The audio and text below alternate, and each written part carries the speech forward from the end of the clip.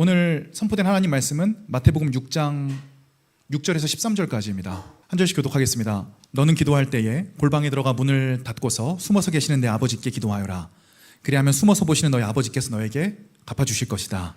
너희는 기도할 때 이방 사람처럼 빈말로 되풀이지 하지 말라. 그들은 말을 많이 하여야만 들어주시는 줄로 생각한다. 그러므로 그들을 본받지 말아라. 하나님 너희 아버지께서는 너희가 구하기 전에 너희에게 필요한 것이 무엇인지를 알고 계신다. 그러므로 너희는 이렇게 기도하여라. 하늘에 계신 우리 아버지, 그 이름을 거룩하게 하여 주시며 그 나라를 오게 하여 주시며 그 뜻을 하늘에서 이루심 같이 땅에서도 이루어 주십시오. 오늘 우리에게 필요한 양식을 내려주시고 우리가 우리에게 죄 지은 사람을 용서하여 준 것 같이 우리의 죄를 용서하여 주시고 우리를 시험에 들게 하지 하시고 악에서 악에서 구하여 주십시오. 나라와 권세와 영광은 영원히 아버지의 것입니다. 아멘. 아멘. 오늘은 예배의 요소 중에 기도에 대해서 함께 성경적 기도가 뭔지를 함께 얘기를 하고 싶습니다. 저는 모태신앙으로서 굉장히 기도하는 집에서 자랐습니다. 저희 어머니가 결혼을 하셨는데 저희 아버지가 믿지 않는 분이신데다가 이제 고시 공부를 하실 때 절에서 한 10년 정도 계셨거든요. 아버지께서 성품이 좀 스님 같은 부분이 있어요. 학자 같은 부분이 있으십니다. 그래서 10년 동안 절에 계시면서 수많은 스님들과 교류를 하셨고, 그 중에 우리나라의 3대 승이라고 불리는 탄어 스님, 성철 스님, 법정 스님 세 분이 계신데, 그 중에 탄어 스님과 좀 특별한 교분이 있으셨고, 사실 절에서는 머리 깎고 중이 되라 라고 말씀하셨는데 아버지는 결혼이 하고 싶으셨대요. 그래서 이제 그거를 거절하고 나와서 어머니랑 결혼을 하게 되셨는데, 어머니는 단순하게 처음에는 종교가 다르겠거니 생각하면서 결혼을 하셨는데, 결혼을 하고 보니까 아버지가 불교 철학과 유학에 너무 일가견이 있으신 분이셨던 거예요. 그래서 그런 것들이 영적으로 굉장히 견디기가 힘드셔서, 원래 저희 어머니는 썬데이 크리스천이셨다고 합니다.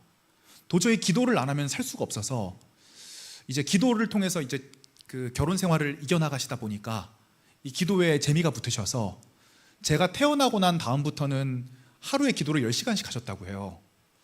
그러다 보니까 저희 집에는 당연히 어머니와 함께 기도를 하는 사람들이 늘어났고, 기도를 많이 하시다 보니까 여러 가지 은사 체험들도 늘어나게 되고, 저희 어머니께서는 그 방언 기도를 많이 하시다 보니까 재밌는 거는 제가 말보다 방언을 먼저 배웠다고 합니다. 그래서 애가 말을 하기 전에 뭐 랄랄라 하면서 다니기도 하고, 뭐 이제 이런 말 수 없는 언어를 흥얼거리면서 다니기도 했다고 해요. 저는 어렸을 때부터 굉장히 기도가 익숙한 집안에 자랐고, 기도라는 것이 없는 삶을 생각해 본 적이 없고, 또 어렸을 때부터 많은 기도를 하면서 자랐습니다. 그런 저에게도 이 기도에 대한 여러 가지 오해들이 있었고, 비성경적인 기도에 대한 이해들이 있었습니다. 몇 가지를 설명을 드리자면, 첫 번째로 하나님께 말을 잘해야 된다는 압박감이 있었습니다. 저 어렸을 때는 대표 기도를 하실 때 장로님들께서 대표 기도하러 나오셔서 어떤 미사여구를 사용하시는가 굉장히 중요했거든요. 그 미사여구에 따라서 그 장로님의 수준이 결정돼 버리니까. 그래서 저 어렸을 때는 정말 그런 문화가 강했던 것 같습니다. 장로님께서 나오셔서 거룩한 목소리를 내시면서 거룩한 하나님께 우리가 기도합시다 이러면서 온갖 미사여구를 다는 기도를 항상 보면서 자라다 보니까 어린 제 마음속에 좀 착각이 있었어요. 하나님께서는 좋은 말과 멋진 말로 기도를 잘해야 들으시는구나. 그러다 보니까 저도 어렸을 때부터 참 듣고 본 게 많다 보니까 거룩하고 이런 어떤 멋진 말로 기도하는 것이 습관이 되었고, 저도 그런 거를 꽤나 잘했습니다. 고등학교 때 수련회 가면 제가 이 통성기도를 굉장히 잘했는데, 나중에 이제 친구들과 선생님들, 교회 친구들한테 들어보면은 자기는 태어나서 통성기도를 그렇게 한 사람을 처음 봤다, 애들 중에.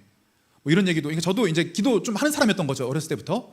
그래서 저는 항상 그런 착각들이 있었던 거죠. 하나님께 말을 잘해야 된다. 여기 많은 분들도 그런 얘기를 하십니다. 기도하기 뭐가 어렵니? 물어보면은 하나님 앞에 어떻게 말을 해야 될지 모르겠습니다. 혹은 할 말이 없어서 어렵습니다. 그런데 성경에서는 전혀 다른 이야기를 합니다. 로마서 8장 26절에서 27절을 보여주시면, 이와 같이 성령께서도 우리의 약함을 도와주십니다.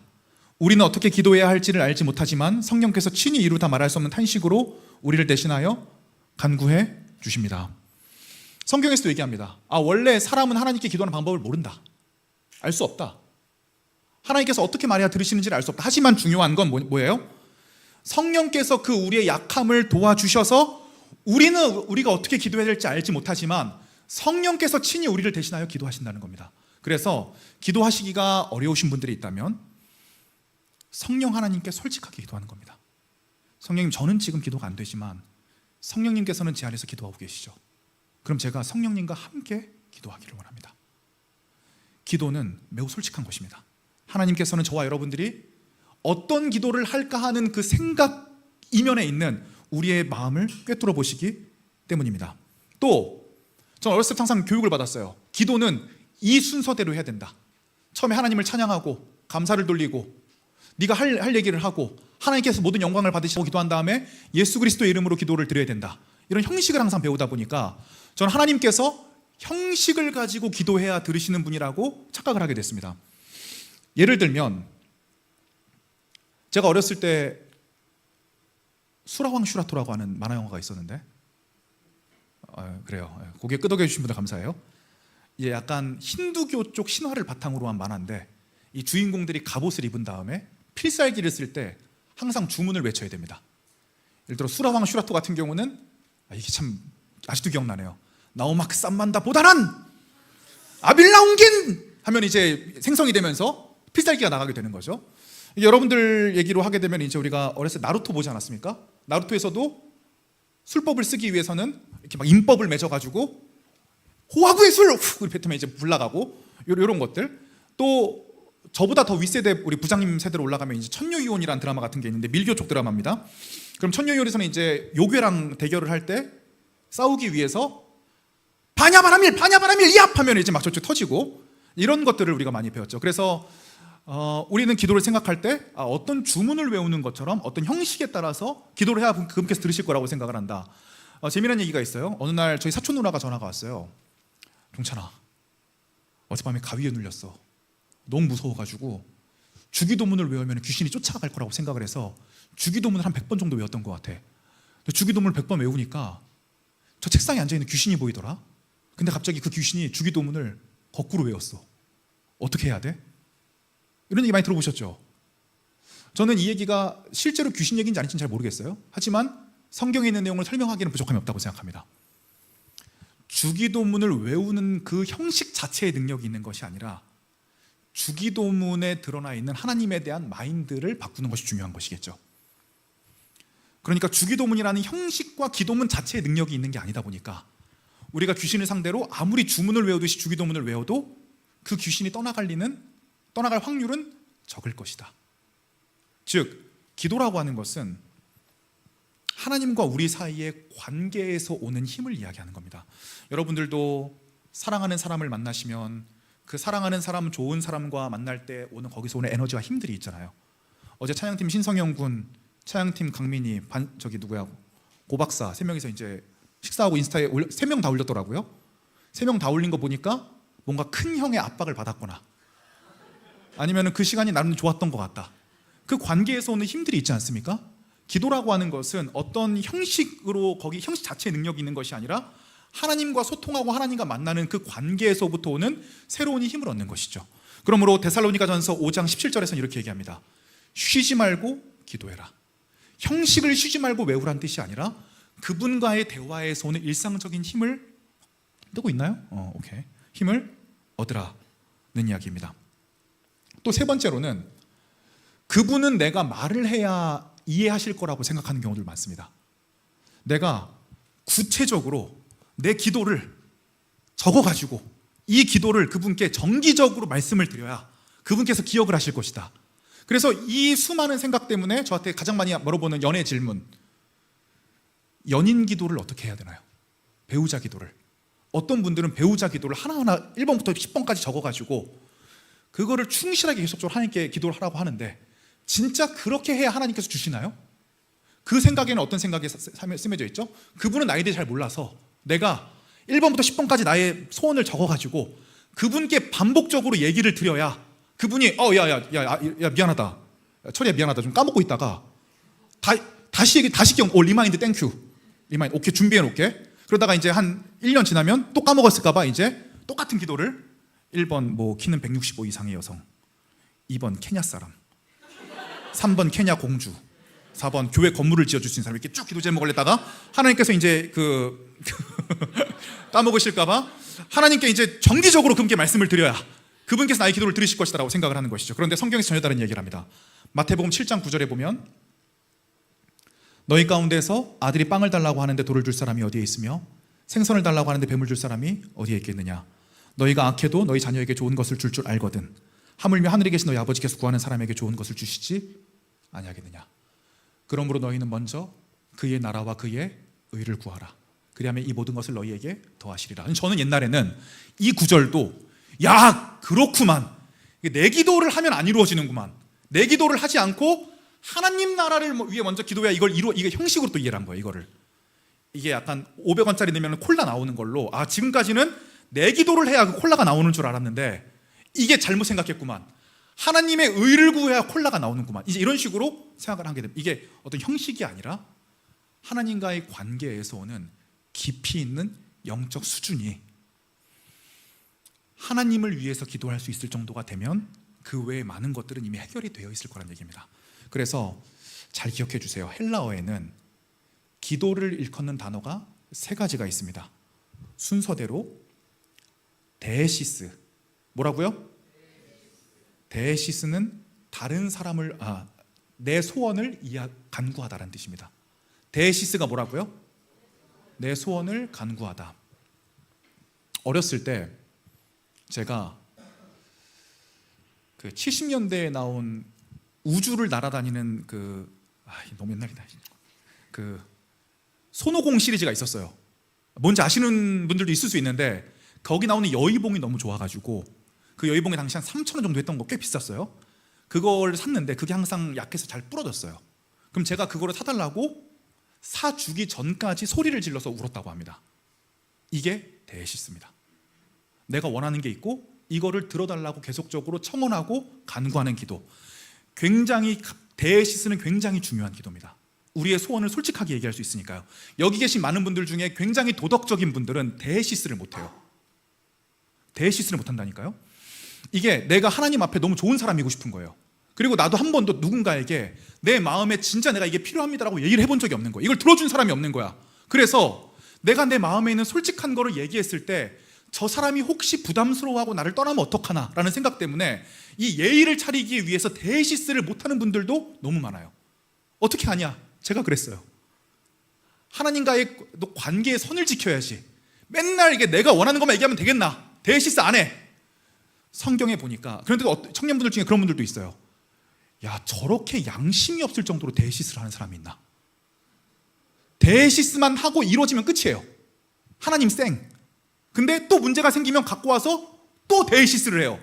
그리고 깊이 기도하고 막 기도하다가 또 이루어지면 그냥 끝. 본인 책임은 안 져요. 데시스만. 성경에 보니까요, 하나님이 원하시는 건 데시스 하라는 거예요. 네가 나한테 염치 없어도 되니까, 면목 없어도 되니까, 나 너랑 기브앤테이크 관계 아니니까 너 나한테 도덕적이지 않다고 생각하더라도 데시스 하라는 거예요. 세상 사람들은 아무도 네 데시스를 들어주지 않지만 나 들어주겠다는 거예요. 나는 너한테 후회 주고 꾸짖지 않는다는 거예요. 우리가 예수 그리스도를 믿는 믿음이 우리 안에 있으면 이미 우리는 하나님의 자녀입니다. 하나님이 우리의 아버지라고 하는 건 아버지였다가 아버지가 아니었다가 하는 게 아니에요. 그분은 우리의 아버지가 되기로 결정하셨고 우리가 어떠한 모습이든지 간에 우리의 아버지가 되십니다. 데시스 해야 돼요. 데시스 해야 됩니다. 데시스가 기도 첫 번째예요. 두 번째는 엔투시스가 있습니다. 엔투시스는 다른 사람들을 위해서 기도하는 마음이에요. 우리 공동체 중에 어떤 청년이 저한테 그런 얘기를 해요. 전사님, 제가 가끔 방언이 나올 때가 있는데요, 언제 방언이 나오는지 이번 수련회 때 알았습니다. 언젠데 다른 사람을 위해 기도할 때 방언이 나오더라고요. 우리 공동체에는 기도의 은사가 있는 친구들이 꽤 있어요. 한 10% 정도 되는 것 같습니다. 이 기도의 은사가 있는 사람들은 하나님 앞에 나가서 기도하려고 할 때 하나님의 마음이 부어져서 분명히 내 기도를 하려고 앉았는데 다른 사람들이 너무 많이 생각나. 그래서 그 사람들만 생각하면 눈물이 나고 마음이 아프고 그 사람들을 위해서 기도하지 않으면 견딜 수가 없는 사람들. 대박인 건 그 사람들 중에 극티가 많아요. 그러니까 이게 성향의 문제도 아닌 거야. 기도의 마음이 부어지는 건 항상 하나님 앞에만 쓰면 눈물을 흘리고 마음이 다른 사람들을 생각하게, 이게 엔투시스입니다. 기도에서는 분명히 엔투시스도 필요합니다. 데시스와 엔투시스, 그리고 기도의 마지막 단계가 프로슈케인데, 이 프로슈케는 나의 아버지를 위해서 내가 기도한다는 겁니다. 아버지의 기도의 제목이 나의 기도의 제목이 되는 것, 이게 프로슈케입니다. 너희는 먼저 먼저 그 나라와 그의 의를 구하라. 그리하면 이 모든 것을 너희에게 더하시리라. 이거는 무슨 기도 세 개 중에 무슨 기도예요? 프로슈케예요. 이 프로슈케는, 프로슈케를 하면은 데시스를 줄게가 아니라, 이런 방식이 있는 게 아니라, 우리가 처음 하나님을 만나면 우리는 신앙적으로 어리기 때문에 데시스를 합니다. 간구하는 기도. 내 필요, 아빠 나 이게 필요해요.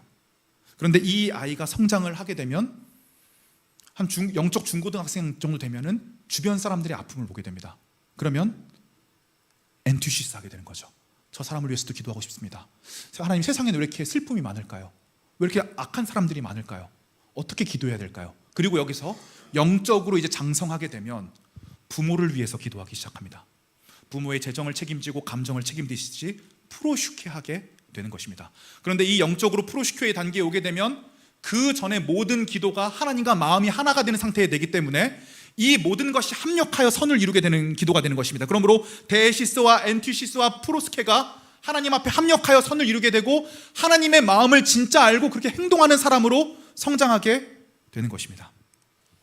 그러므로 기도는 어떤 형식이나 종류가 있는 것이 아니라 하나님과의 관계에서 오는 친밀함이며 하나님께서 우리의 마음을 다 아신다는 것입니다. 자, 저만 기도에 대해서 오해를 가진 게 아니라 예수님 당시의 사람들도 기도에 대해서 많은 오해를 가지고 있었습니다.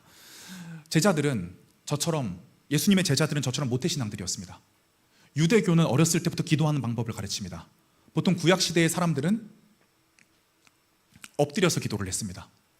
기도라는 건 왕에게 엎드린다는 의미였기 때문입니다. 그런데 제자들이 어렸을 때부터 기도를 배워왔지만 예수님의 기도는 뭔가 달랐습니다. 예수님의 기도는 마인드도 달랐고 하는 말도 달랐고 대상도 달랐고 그 파워와 능력도 달랐습니다. 제자들은 예수님께 기도에 대해서 물어보기 시작했습니다. 예수님, 대체 우리 기도와 당신의 기도는 왜 다른 것입니까? 그 기도에는 어떤 차이가 있는 것입니까? 예수님께서는 먼저 그 당시 사람들이 하고 있는 기도에 대한 오해를 말씀하십니다. 오늘 본문 말씀 마태복음 6장 6절입니다. 너는 기도할 때에 골방에 들어가 문을 닫고서 숨어서 계시는 내 아버지께 기도하여라. 그리하면 숨어서 보시는 너의 아버지께서 너에게 갚아주실 것이다. 당시에는 종교 지도자들이 보여지기 위한 기도를 했습니다. 오늘 말씀 준비하면서 생각하다 보니까요, 이 보여주기식 기도를 제일 많이 하는 게 저예요. 어찌됐건 저는 여러분들의 기도 생활을 끌고 가야 되기 때문에 보여주기식 기도가 필요합니다. 그러니까 잠깐만, 오해하면 안, 잠깐만. 여러분들 표정이 안 좋아. 잠깐만.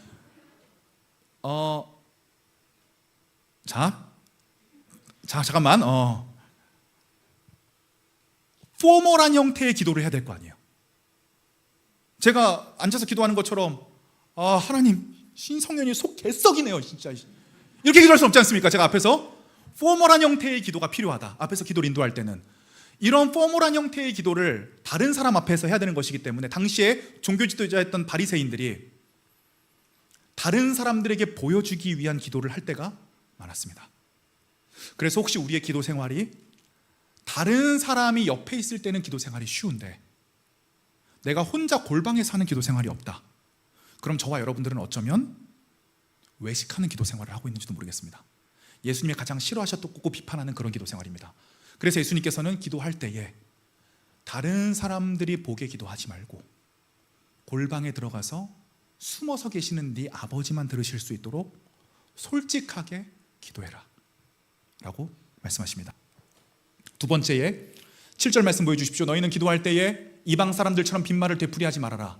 그들은 말을 많이 하여야만 들어주시는 줄로 생각한다. 두 가지 의미가 있는데요. 첫 번째, 이 당시에 이방 종교들은 아까 저희가 주문을 외우듯이 기도하는 사람들이 많았다고 말씀드렸던 것처럼 어떤 일정한 방식의 주문을 반복적으로 외우면 그 기도 제목이 성취된다고 생각하는 사람들이 많았습니다. 그들에 대해서 개역 한글 버전에 보면 중언부언한다 라고 표현했습니다. 또 우리나라의 보수적이라기보다 우리나라의 어떤 무속신앙적인 기도의 내용처럼 기도는 게이지를 쌓는 것이다. 자, 100일 철야를 기도를 작정을 했으면 기도를 한 번 하면 게이지가 하나 쌓인 것이고, 2번 하면 기도가 2번 게이지가 쌓인 것이고, 3번 하면 3번 게이지가 쌓인 것이고, 이게 100가지 게이지가 차서 신의 마음을 쳐야 네 기도 제목이 이루어진다 라는 사상이 저와 여러분들 가운데 있을 수 있습니다. 이것이 빈말을 되풀이하는 기도입니다. 오히려 다니엘서 11장 12장에 보면 다니엘이 하나님 앞에 21일 작정 기도를 하기로 시작을 합니다. 21일 작정 기도는 아니에요. 작정 기도를 하기로 합니다. 21일째가 되어서야 응답을 받았는데, 응답을 가지고 온 하나님의 천사가 이렇게 얘기합니다. 다니엘아, 네가 기도를 하기로 하나님 앞에 무릎 꿇은 그 순간에 내가 응답을 가지고 출발했는데, 그러니까 이미 기도를 하기 시작하기도 전에 응답됐다는 얘기입니다. 하나님께서 그 기도를 들으셨다는 얘기예요. 그런데 오는 길에 이 기도 응답을 방해하는 사탄 쉐끼들을 만나서 내가 기도 제목을 가져오는데 21일이 걸렸다. 그 이야기는 무엇입니까? 성경의 기도는 우리가 게이지를 쌓아야 딱 쳐서 그게 이루어지는 기도가 아니라 예수 그리스도의 이름으로 기도하기만 하면 하나님께서 일단 들으시겠다는 것입니다. 그것이 기도입니다. 8절입니다. 그러므로 그들을 본받지 말라. 하나님 너희 아버지께서는 너희가 구하기 전에 너희에게 필요한 것이 무엇인지를 알고 계신다. 우리가 게이지를 쌓는 기도를 한다고 하면 얼마나 마음이 부담스럽습니까? 자, 그러면 이게 도덕적인 거거든요. 내가 게이지를 100만큼 쌓아야 응답을 받는데 응답을 못 받았다. 그럼 잘못이 누구에게 있는 거예요? 나에게 있는 것입니다. 내가 기도가 부족했구나. 아유, 내 탓이다. 사람에게 죄책감을 안겨주게 됩니다.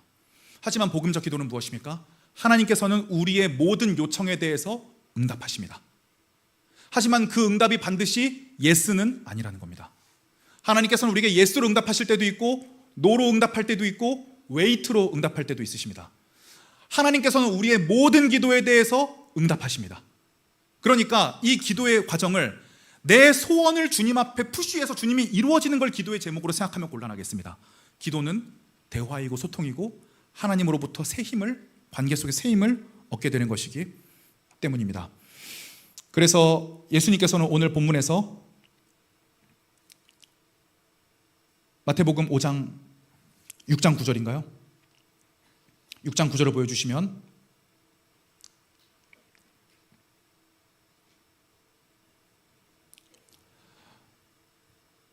죄송합니다. 12절입니다. 12절을 보여주시면, 마태복음 6장 9절입니다. 6장 9절, 오늘 본문 말씀이요. 그러므로 너희는 이렇게 기도해라. 자, 이것도 형식을 보시면 안 돼요. 이 안에 숨겨진 신학적 마인드와 하나님과의 관계를 보는 겁니다. 자, 이 기도를, 주기도문을 총 9개 파트로 나뉩니다. 1번, 하늘에 계신 우리 아버지요. 우리가 기도하는 대상은 누구일까요? 첫 번째로 아버지입니다.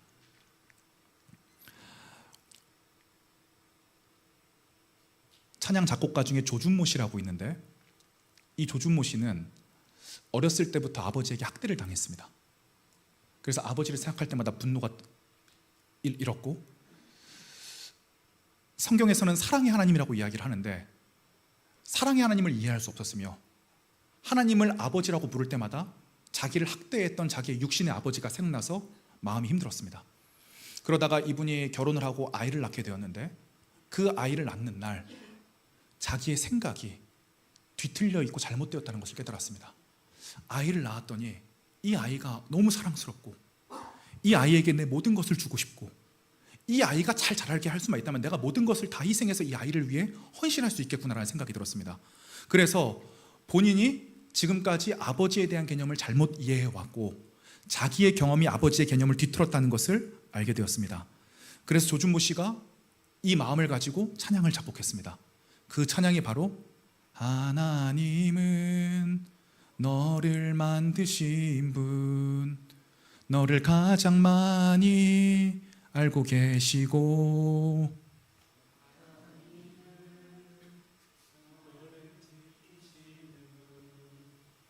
널 쉬지 않고 지켜보신단다. 다 같이 그의 생각 셀 수 없고 그의 자비 무궁하며 그의 손길 날마다 새롭고 그의 사랑 끝이 없단다. 방송팀 센스 보소. 박수 한번 좀 드리도록 합시다. 그래서 제목을 하나님은 너를 만드신 분 해놓고 가로쳐 놓고 원제 요엘에게. 요엘이 누구예요? 조준무 씨의 아들 이름입니다. 요엘에게 쓰는 편지가 되었습니다. 우리가 아버지라고 하는 건, 우리는 보통 아버지를 생각할 때 우리 육신의 아버지를 생각을 합니다. 보통 여기 계신 대부분의 남자분들은 아버지가 유교시대 분이셨기 때문에 자녀에게 사랑을 표현하고 자녀를 감싸주는 것이 경우가 거의 없었을 겁니다. 그래서 우리는 아버지의 따뜻함을 받아보지 못했기 때문에 아버지를 때론 오해할 수 있습니다. 그런데 성경에서 등장하는 것은 하나님께서 너의 진정한 아버지가 되어줄게. 그래서 우리 안에 혹여 아버지가 계시지 않거나 좋지 못한 아버지들을 만나신 분들이 계실 텐데, 우리는 계속적으로 그 굴곡진 렌즈로 하나님을 보게 될 것입니다. 하나님께서 주기도문을 통해서 말씀하시는 것은 하나님께서 새로운 우리의 아버지가 되어주시며 그 아버지에 대한 뒤틀린 개념을 바로잡아 주시겠다는 겁니다. 그것이 하늘에 계신 우리 아버지. 자, 아버지는 하늘에 계십니다. 또한 그분은 친밀하신 분이시면서 우리와는 전혀 다른 차원의 거룩하시고 영원하시고 신실하시며 변함이 없으시고 지식 그 자체이며 우리의 모든 감정과 의지와 세상의 생사화복을 주장하며 또 시간과 공간을 초월하고 온 우주를 만드셨고 지금도 이 온 우주를 운행하고 있는 그런 존재라는 것입니다. 우리 아버지가 그런 분이라는 겁니다. 그리고 그분은 나의 아버지이기도 하지만 또 누구의 아버지이기도 해요? 우리의 아버지이기도 합니다. 이것이 우리를 하나로 만들어줍니다. 옆 사람들을 보십시오. 내 아버지이기도 하지만 이 옆 사람의 아버지이기도 합니다. 사람이 사람 못해요. 절대 못합니다. 어떻게 해야 사랑에 대한 가치가 열릴까요? 우리 하나님 아버지가 나를 사랑하시듯이 내 옆에 있는 사람을 사랑하시고 옆에 사람을 위해 죽었다 하고 마음 먹어야 이 사람을 사랑할 수 있는 가능성이 열립니다. 이것이 우리 아버지입니다. 처음 설명이 길었네요. 넘어가겠습니다. 두 번째부터 짧게 가겠습니다. 그 이름을 거룩하게 하여 주시오며. 여기서 거룩하다라는 의미의 하기오스가 신적 수동태라고 하는 시제로 쓰였는데, 이 신적 수동태는 우리가 뭘 해야 하나님께서 영광을 받으시는 게 아니라 하나님의 영광을 드러내실 분은 그분밖에 없다는 뜻입니다. 신적 수동태라는 거 하는 건 우리가 하나님을 위해 도덕적이고 열정적으로 헌신해야 그분이 영광 받으시고 우리가 좋은 성과를 내야 그분이 영광 받으시는 것이 아니다. 내가 연예인이 돼서 연기 대상을 타서 앞에 올라가서 하나님께 모든 영광 돌립니다 라고 해야 그분이 영광을 받으시는 게 아니란 얘기입니다. 하나님은 신적 수동태로서 그분 스스로 거룩하시고 존귀하시고 영광 그 자체이십니다.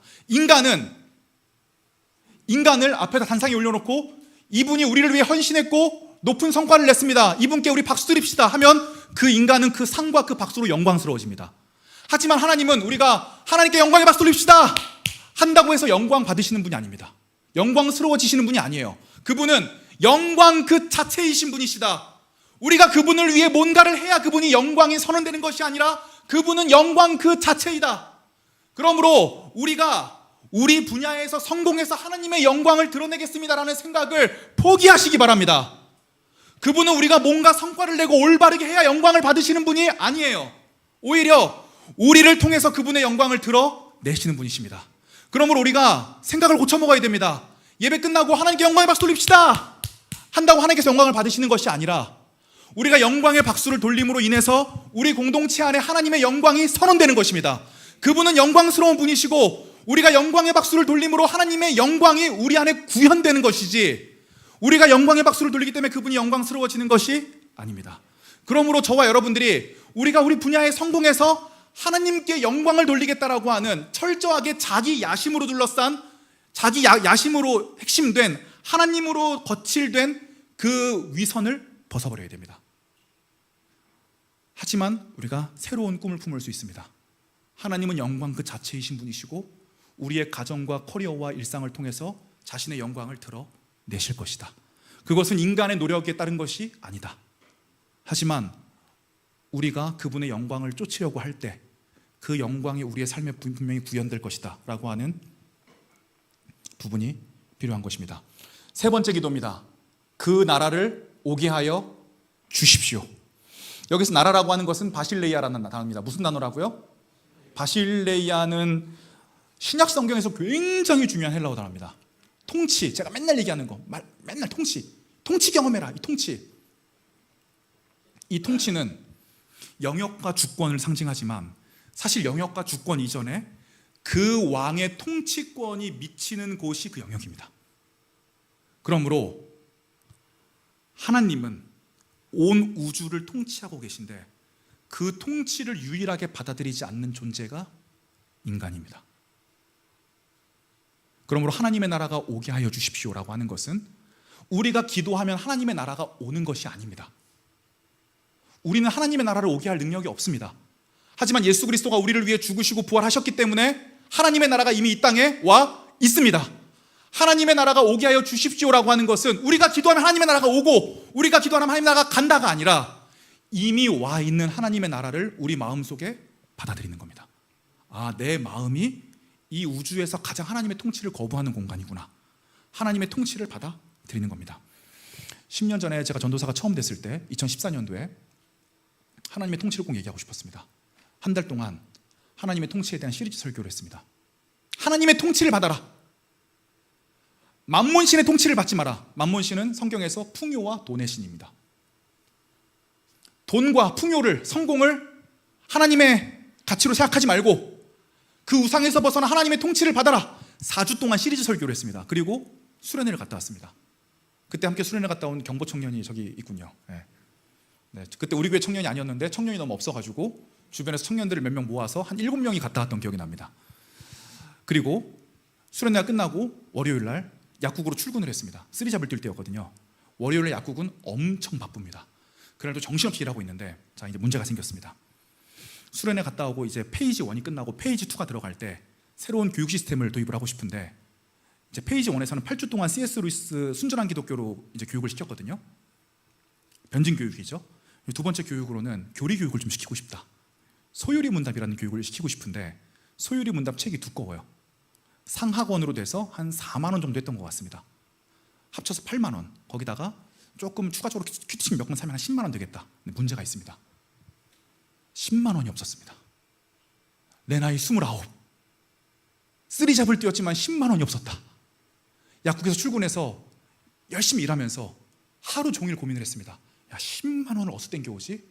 교회에서 땡겨오려고 하다 보니까 지난주에 수련회를 갔다 와서 교회가 돈이 없을 것 같고 또 친구들에게 빌리자고 하니까 나이 29 먹고 10만 원을 빌린다는 게 너무 자존심 상하고 장로님께 한번 연락을 드려볼까 했더니 아직 관계가 안 되는 것 같고 야, 이거 어떡하냐고 하고 있는데 점심시간에 갑자기 약사 사모님께서 저를 부르십니다. 종찬 씨 잠깐 방으로 오세요. 딱 갔더니 흰 봉투 하나를 딱 주시는 거예요. 저희의 눈은 손보다 빠르지 않습니까? 쓱 스캔했더니 봉투 안에 5만 원짜리가 들어있습니다. 저는 당연히 제 업무 중에 하나인 5만 원짜리를 잔돈으로 은행 가서 바꿔오라는 심부름인 줄 알고 아, 이거 잔돈으로 좀 바꿔올까요? 했더니 그 사모님께서 아, 종찬 씨 저희가 월요일 토요일 진짜 바쁜데 시급도 6천 원밖에 못 드리고 너무 항상 미안했어요.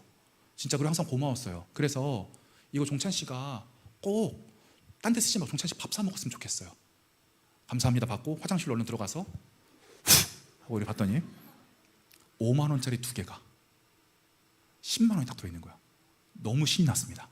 그렇지. 역시 하나님이 돈을 통치하시지. 하나님이 돈을 통치하시고 하나님의 일을 할 때 돈을 부족하게 하지 않으시지. 일이 끝나자마자 그 하루 종일 10시간 동안 서 있으면 다리 엄청 아프거든요. 근데 걸어서 수유역까지 가가지고 아멘 서적 들려서 소유리 문답 2권, 큐티칭 몇 권, 그 다음에 청년들에게 쓸 카드. 그때는 이제 저희 청년이 얼마 안 되니까 손 카드도 많이 썼거든요. 사가지고 이제 집으로 오는데 딱 9만 8천 얼마예요. 야, 역시 하나님은 엘리야에게 사르밧 과부에게 보내셔서 딱 그날 음식을 주셨던 것처럼 역시 딱 맞게 주시지.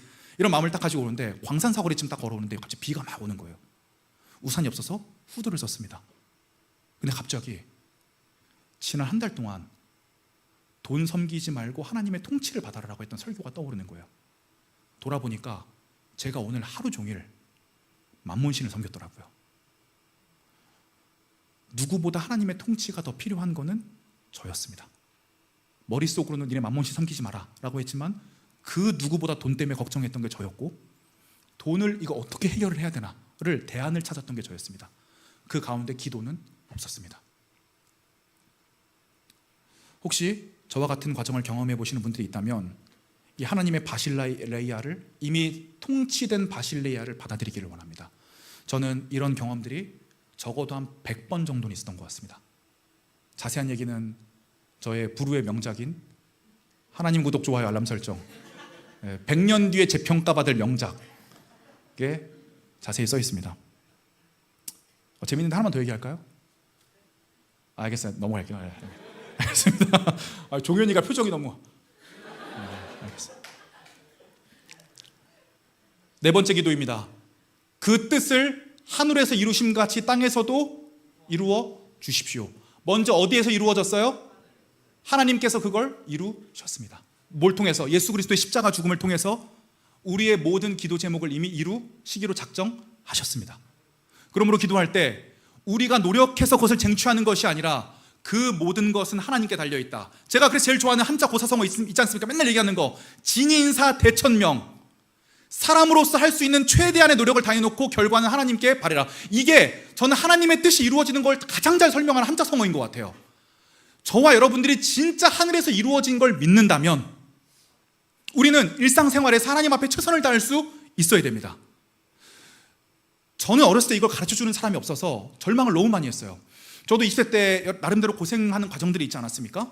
열심히 노력하다가 제가 원하는 결과가 나오지 않으면 아무도 이 부분을 설명해 주는 사람이 없기 때문에 너무 많이 쉽게 무너졌고, 무너진 상태에서 오랫동안 일어나지를 못했어요. 왜 그렇습니까? 제 앞날이 저의 노력에 달려있다고 생각했기 때문입니다. 뜻이 하늘에서 이루어진 같이 땅에서도 이루어지는 그 나라를 오게 해주시는 원리를 제가 알았더라면 나의 미래가 나의 노력에만 달려있지는 않다는 사실을 알았을 겁니다. 그러므로 인간이 할 수 있는 부분에 대해서 최선을 다하고 그 이유는 하나님께 맡길 수 있는 습관을 길렀어야 되는데 아무도 지도해 주는 사람이 없었습니다. 저와 여러분들에게 얘기하고 싶습니다. 우리가 인생을 살아가는 과정은 내가 해야 되는 부분과 하나님이 하셔야 되는 부분이 어디인지를 끝없이 찾아가는, 그 경계를 찾아가는 과정입니다. 때로는 이 정도는 내가 해야 되지 않을까 했는데 하나님의 자리를 침범해 버릴 때도 있습니다. 때로는 이 정도만 해도 되지 않을까 싶었는데 내 노력을 다하지 않았을 때도 있습니다.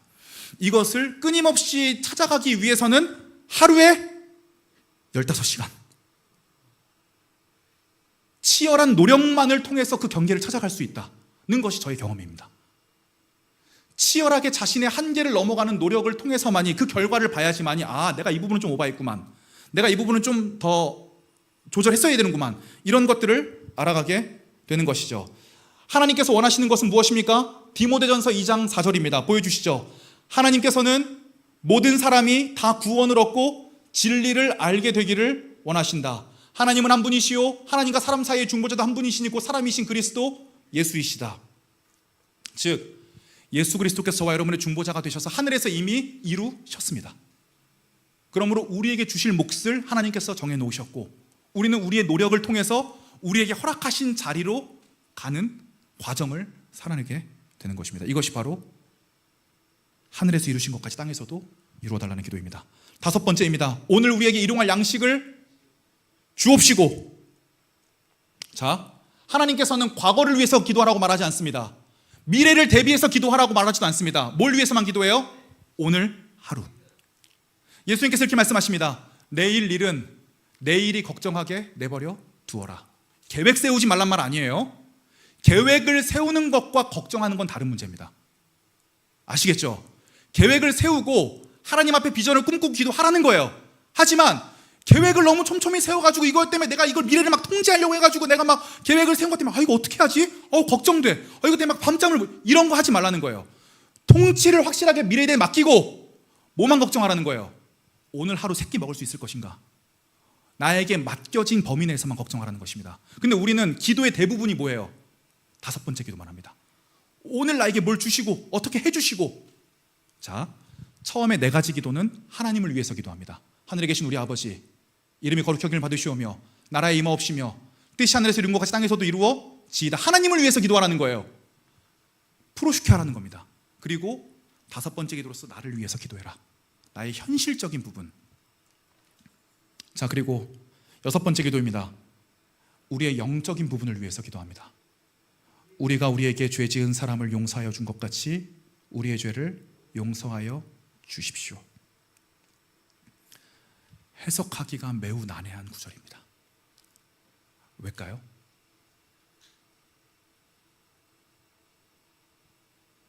성경에서는 분명히 은혜로 하나님께 용서받고 구원을 받는다고 얘기를 하는데 이 구절에서는 행동의 전제를 붙였어요. 네가 다른 사람을 용서해 줘야 하나님도 너를 용서하신다. 왜냐하면 신약 성경에서는 죄에 대한 원어가 빚으로도 쓰입니다. 빚. 그러니까 라이트 말고 그 뭐죠? 뎁트? 혜민아 뭐니? 내 빚졌다. 뎁트? 나의 이 발음. 뎁트. 성경에서는 죄를 하나님께 빚진 걸로 봅니다. 자, 그러면 하나님께서 이런 그 비유를 들어주세요. 왕에게 신하가 있어서 이 신하가 왕에게 10억을 빚줬는데 이 신하가 도저히 갚을 능력이 없어서 왕이 불러다가 야 신하야, 네가 보니까 갚을 능력이 없는데 우리 사이 이래서 되겠냐? 10억 없는 걸로 치자. 신하가 신났습니다. 우 자유가 되었구만. 이게 이제 구원이에요. 이게 자유롭게 되었구만. 근데 이제 왕하고 인사하고 나오다가 이철이를 만났습니다. 이철이는 그 신하에게 100만 원 빚이 있었습니다. 이철이를 보자마자 열이 받기 시작했어요. 이놈 봐라, 나한테 빚준 놈이 이렇게 뻔뻔하게 왕궁을 드나들어? 그 얘를 닥달하기 시작. 야 일로 와봐. 나한테 100만 원 빚진 거 언제 갚을 거냐? 미쳤냐? 야, 내 밑으로 다 모여. 빠따. 이철이 위로 내 밑으로 다 모여. 빠따. 이 얘기를 들은 왕이 엄청 열받기 시작했습니다. 야, 신하 불러라. 끌려갔습니다. 내가 너를 10억을 용서를 해줬는데, 탕감을 해줬는데 너는 100만 원을 탕감을 못 해줘가지고 너 10억 다 갚아라. 이게 뭐예요? 지옥입니다. 이게 지옥이에요. 영원히 넌 빚을 갚아라. 성경에서는 빚으로 빚진다. 죄를 빚진다. 하나님께서 우리를 용서해 준 거는 빚을 탕감해 줬다. 예수 그리스도가 대신 갚아줬다. 이 개념으로 이해를 하거든요. 자, 그래서 누가복음 11장 4절에 보면 똑같은 주기도문인데 내용이 조금 달라요. 보여주시죠. 제가 읽어드리겠습니다.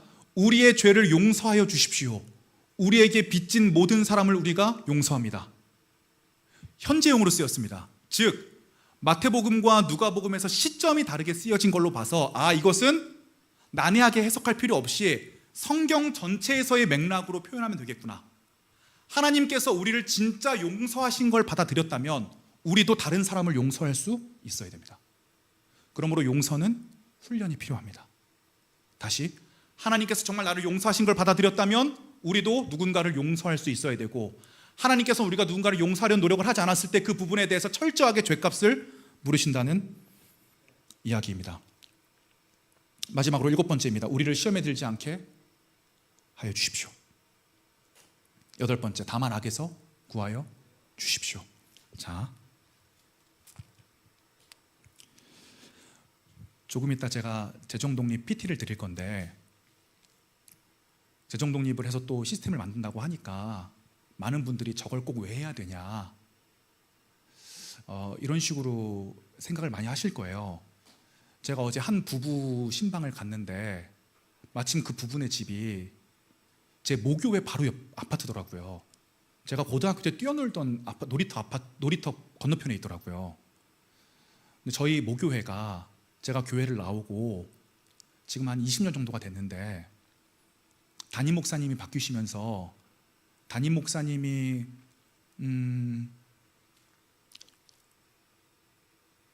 밝혀진 것만 5억을 횡령을 하셨어요. 밝혀진 것만. 그래서 저희 은사님들이 저를 찾아오셔서 종찬전도사, 지금 우리 교회가 이런 상황인데 교회가 지금 너무 심각하다. 지금 담임 목사님이 그런 죄를 지셨는데 밝혀진 것만 5억이고 한 2배 정도 될 거라고 지금 예상을 하고 있다. 이걸 어떻게 처리를 해야 되냐. 그래서 제가 지금 담임 목사님 상태는 어떠십니까? 물어봤더니 일단은 지금 회개하신다고 하신 상태다. 라고 말씀하시는데 연세가 몇 살이시니까 50대 중반이시래요. 선생님, 제가 이런 경우를 너무 많이 상담하고 너무 많이 봤는데 이거는 법정 싸움으로 갈 확률이 큽니다. 왜냐하면 이미 담임 목사님께서 10년 동안 그러한 일을 저지르셨다는 건 양심이 없으시다는 얘기이고 이 분을 정상적인 범죄 생각을 하시면 안 됩니다. 그럼 이분은 50대 중반이고 목회에서 은퇴를 하시면 불명예를 가지고 은퇴를 하셔서 앞으로 먹고 살릴 게 요원해지실 텐데 그럼 마지막까지 교회에 많은 걸 뜯어내려고 하실 겁니다. 선생님들이 놀라셔. 어떻게 그런 일이 벌어질 수 있어요? 교회에서 어떻게 그런 일이 벌어질 수 있냐요? 어떻게 그 잘못했으면 그분이 회개를 하실 것이지 어떻게 그런 일이 벌어질 수 있냐는 거예요. 한 달 뒤에 다시 찾아오셔서는 종찬 전도사 담임 목사님께서 소송을 제기를 하셨고 소송이 한 3년 정도 갈 것 같아. 근데 매일 주일 예배 때 너무 힘들어. 교회가 담임 목사님 파와 반대파로 나뉘어져서 담임 목사님이 주일날 설교하러 올라가시려고 할 때 교회 입구에서 반대파가 막고 시위를 하고 몸싸움을 통해서 담임 목사님은 강단에 올라가셔서 설교를 하시는데 다 성도들이 막 거기서 예배 시간 강단에서 막 끌어내리려고. 저는 이런 걸 너무 많이 봤어요. 한국 교회가 괜히 개독 소리 듣는 게 아니에요. 너무 비일비재한 경우에 이런 경우가. 그래서 목사님이 요구하시는 게 뭡니까? 그랬더니 퇴직금 4억을 요구하신대요. 그래서 선택을 하셔야 됩니다. 3년 동안 소송을 진행하셔서 공의를 찾으시면 올바른 일은 되겠지만 그 사이에 성도들은 다 상처받고 교회를 나갈 겁니다. 그런데 4억을 주셔서 내보내시면은 교회가 빚을 지게 될 거니까 그것도 쉽지 않을 겁니다. 결론적으로는 장로님들이 대출을 받으셔가지고 4억을 줘서 내보냈다는, 이게 다른 교회 하나씩 모교회 얘기입니다. 이런 일이 한번 벌어지면 그 교회가 얼마나 많은 사역들을 했겠어요? 그렇죠?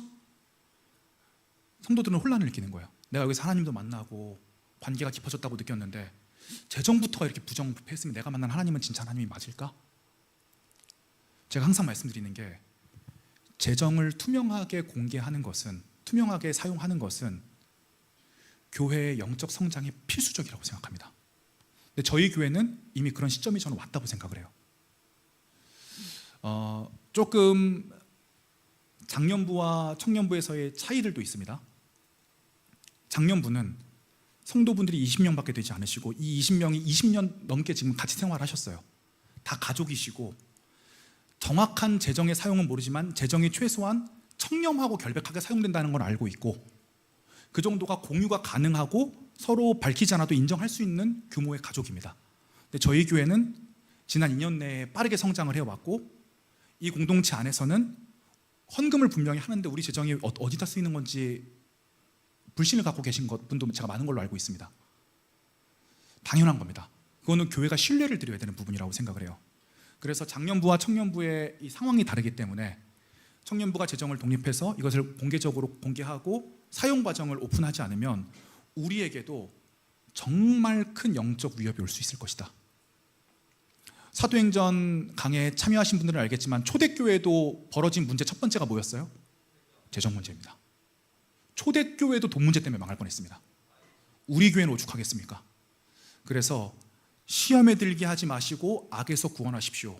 이것은 우리가 시험에 들고 악에 빠진 다음에 대처를 하면 늦습니다. 제가 여러분께 맨날 말씀드리잖아요.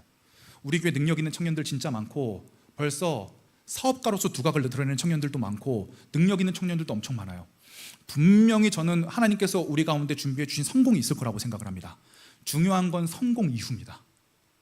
성공 이후에 내가 하나님 앞에 어떻게 살 것인가는 성공 이후에 연습할 수 없습니다. 지금부터 하나님 앞에 아무것도 없는 시점부터 하나님 앞에 내가 가진 것이 없어서 하나님 한 번만 저를 도와주시면 제가 하나님 앞에 평생을 정직하게 다른 사람에게 상처 주지 않고 나쁜 짓 하지 않고 살겠습니다 라고 하는 저와 여러분들의 지금의 결심부터 시작된다고 생각합니다. 그러므로 지금 저와 여러분들의 모습이 미래의 우리의 모습을 결정한다는 것을 안다면 구조적으로도 내면적으로도 우리가 경계하지 않을 수 없습니다. 진짜 무서운 얘기 아니에요? 악과 시험에 언제 빠져요? 충만할 때 안 빠집니다. 방심했을 때. 다윗 보세요. 다윗이 처음 죄를 짓고 무너지기 시작하는 때가 언젠가요? 왕 되고 나서 처음 하는 게 자기 부하 여자 강간하고 자기 부하 살해하는 죄를 짓는 겁니다. 본인은 잘못한지도 모르잖아요. 죄를 지어놓고. 왜? 마음이 이미 게을러져 있기 때문에, 영적으로 게을러져 있기 때문에. 저와 여러분들이 지금부터 하나님 앞에 철저하게 한 스텝 한 스텝을 밟는 연습을 한다면 우리에게 많은 축복이 부어진 뒤에도 우리는 경계하고 안전하게 갈 수 있을 겁니다. 그렇게까지 되기 위해서 우리 진짜 많은 눈물과 대비와 아픔들이 필요해요. 그 과정들 없이 어떻게 악과 시험에서 우리가 구원받을 수 있겠습니까? 하나님 앞에 정말 어떤 진정성을 가지고 우리가 가고 세상적인 욕망과 성적인 욕망과 권력에 대한 물적 욕구를 이길 수 있는 건 신앙밖에 없다고 저는 생각을 해요. 이 도덕성으로 어떻게 이기겠습니까? 하나님 앞에 바로 서서 지금부터 하나님께서 나에게 주신 축복에 대해서 경계하고 마음을 다잡을 수 있어야 그것이 성공하고 나에게 많은 걸 주신 다음에도 유지가 되는 것이지, 지금부터 그거를 실패해 간다면 우리가 어떻게 올바로 설 수 있겠습니까? 진짜 조심해야 돼요. 이성, 돈, 이게 내 영적 상태를 말해주는 겁니다. 하나님 앞에 철저하게 서서 한 발 한 발을 걸어가면 우리 인생이 안전할 거라고 확신합니다. 이게 시험에 들게 하지 마시고 악에서 구원하소서. 시험에 들고 악에서 구원받기 위해서 예수 그리스도로 무장해야 되며 큐티의 기도 생활에 힘써야 되고 구조적으로도 안전할 수 있도록 이 모든 게 톱니바퀴처럼 착착착착 물려서 그 상황에 맞게 표현될 수 있도록 우리가 노력해야 되는 것이죠. 마무리하려고 합니다. 실천사항 드릴게요. 10 중에 기도 10초 3번, 하루에 30초 기도하고 목장별로 인증해 주세요. 나는 어떤 기도했고, 기도했더니 마음이 어떻고. 기도는 훈련이 필요해요. 기도는 너무 어렵습니다. 훈련이 필요한 부분입니다. 어떻게 하면 기도를 잘할 수 있을까요? 없습니다. 그냥 해야 돼요. 기도를 잘하는 방법이 어디 있어요? 이미 우리의 본능하고 정반대되는 건데. 기도해야 됩니다. 수많은 믿음의 영적 거인들이 기도로 수많은 영적 전쟁을 승리했고, 기도로 수많은 난관을 뚫고 갔고, 기도로 자기 마음을 지켰으며, 예수님께서는 이 기도가 얼마나 중요한지 이렇게 기도하라고 9가지를 우리에게 설명해 주십니다. 저와 여러분들이 기도해야 됩니다. 예수님께서는 새벽마다 시간을 내서 기도하셨고, 마틴 루터는 요즘 너무 바빠서 2시간씩 기도를 하지 않으면 하루를 살아낼 수 없다고 기도에 대한 간절함을 드러냈으며, 우리 성공한 믿음의 선배들은 모두 기도로서 자기의 마음을 지켜나가기를 원했습니다. 우리가 기도를 훈련해야 됩니다.